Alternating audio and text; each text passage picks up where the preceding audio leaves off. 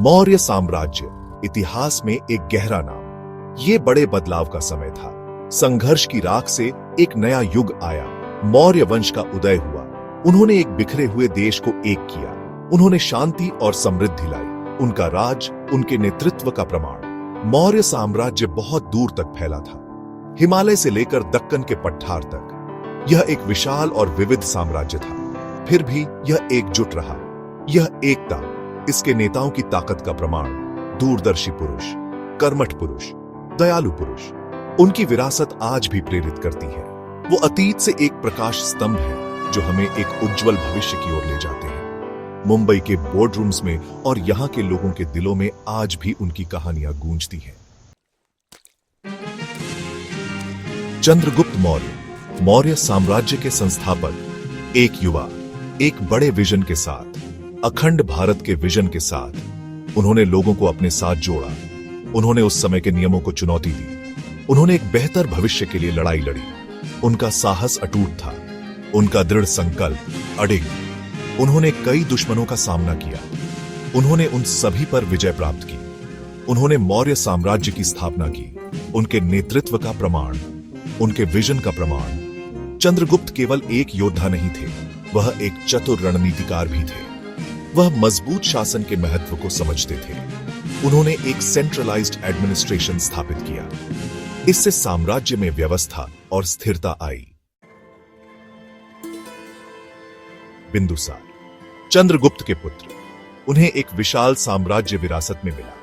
उन्होंने दृढ़ता से शासन किया। उन्होंने साम्राज्य की सीमाओं का विस्तार किया। उन्होंने इसकी शक्ति को मजबूत किया। बिंदुसार एक व्यावहारिक व्यक्ति थे। वे एक विशाल साम्राज्य पर राज करने की चुनौतियों को समझते थे। उन्होंने प्रैक्टिकल सॉल्यूशंस पर ध्यान केंद्रित किया। उन्होंने सेना को मजबूत किया। उन्होंने इंफ्रास्ट्रक्चर में सुधार किया। उन्होंने व्यापार और वाणिज्य को बढ़ावा दिया। उनका शासनकाल शांति और समृद्धि से भरा रहा। उन्होंने अपने पिता की विरासत को आगे बढ़ाया। उन्होंने साम्राज्य के स्वर्ण युग की नींव रखी। अशोक महान, चंद्रगुप्त के पोते। उनका नाम शांति और करुणा का प्रतीक है। एक खूनी लड़ाई के बाद वे सिंहासन पर बैठे। इस जीत ने उन्हें अंदर से तोड़ दिया। उन्होंने हिंसा का त्याग किया। उन्होंने बौद्ध धर्म अपना लिया। अशोक ने अपना जीवन शांति का संदेश फैलाने के लिए समर्पित कर दिया।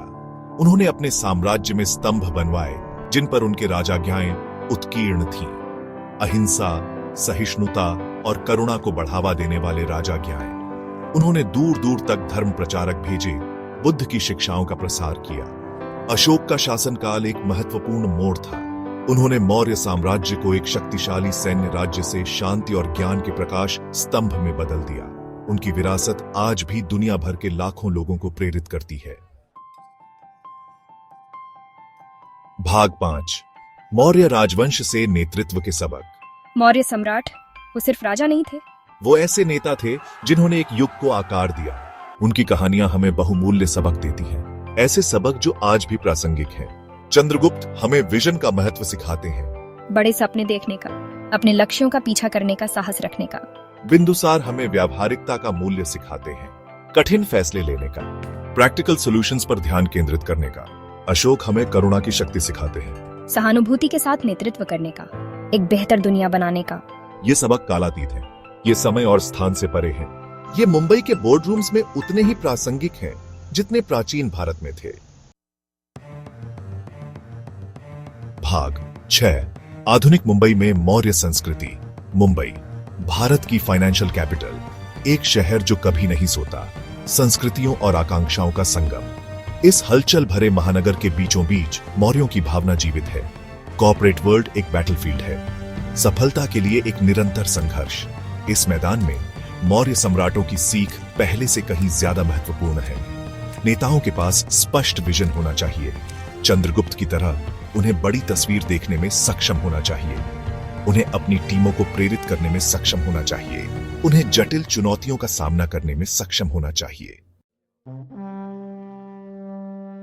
भाग 7, चुनौतियां और समाधान। एक कॉर्पोरेट दृष्टिकोण। कॉर्पोरेट वर्ल्ड चुनौतियों से भरा है। प्रतिस्पर्धा भयंकर है। प्रदर्शन का दबाव बहुत ज्यादा है। नेताओं को अडेप्टेबल होना चाहिए।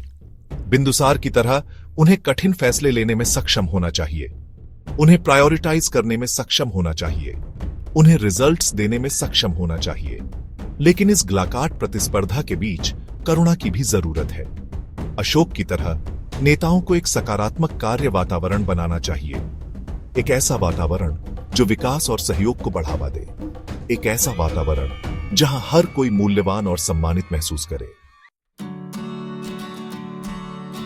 भाग 8 आधुनिक नेताओं के लिए प्राचीन ज्ञान। मौर्य सम्राटों ने कई चुनौतियों का सामना किया, उन्होंने उन सभी पर विजय प्राप्त की, उन्होंने महानता की विरासत छोड़ी।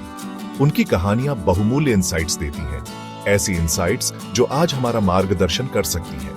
उनका ज्ञान कालातीत है, उनकी शिक्षाएं सार्वभौमिक हैं।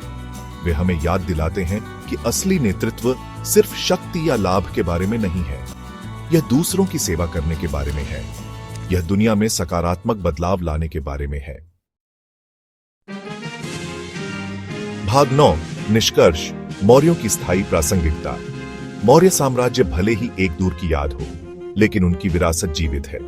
उनकी कहानियां आज भी प्रेरित करती हैं। वे हमें याद दिलाती हैं कि महानता हमारी पहुंच में है। हम चाहे सीईओ हों या एंटरप्रेन्योर्स, छात्र हों या शिक्षक, हम सभी मौर्यों से सीख सकते हैं। हम सभी उनके मूल्यों को अपनाने का प्रयास कर सकते हैं। हम सभी दुनिया में सकारात्मक बदलाव ला सकते हैं। मौर्य भावना जीवित है और अच्छी तरह से है। यह उन लोगों के दिलों में रहती है जो सपने देखने की हिम्मत करते हैं, जो नेतृत्व करने की हिम्मत करते हैं, जो बदलाव लाने की हिम्मत करते हैं।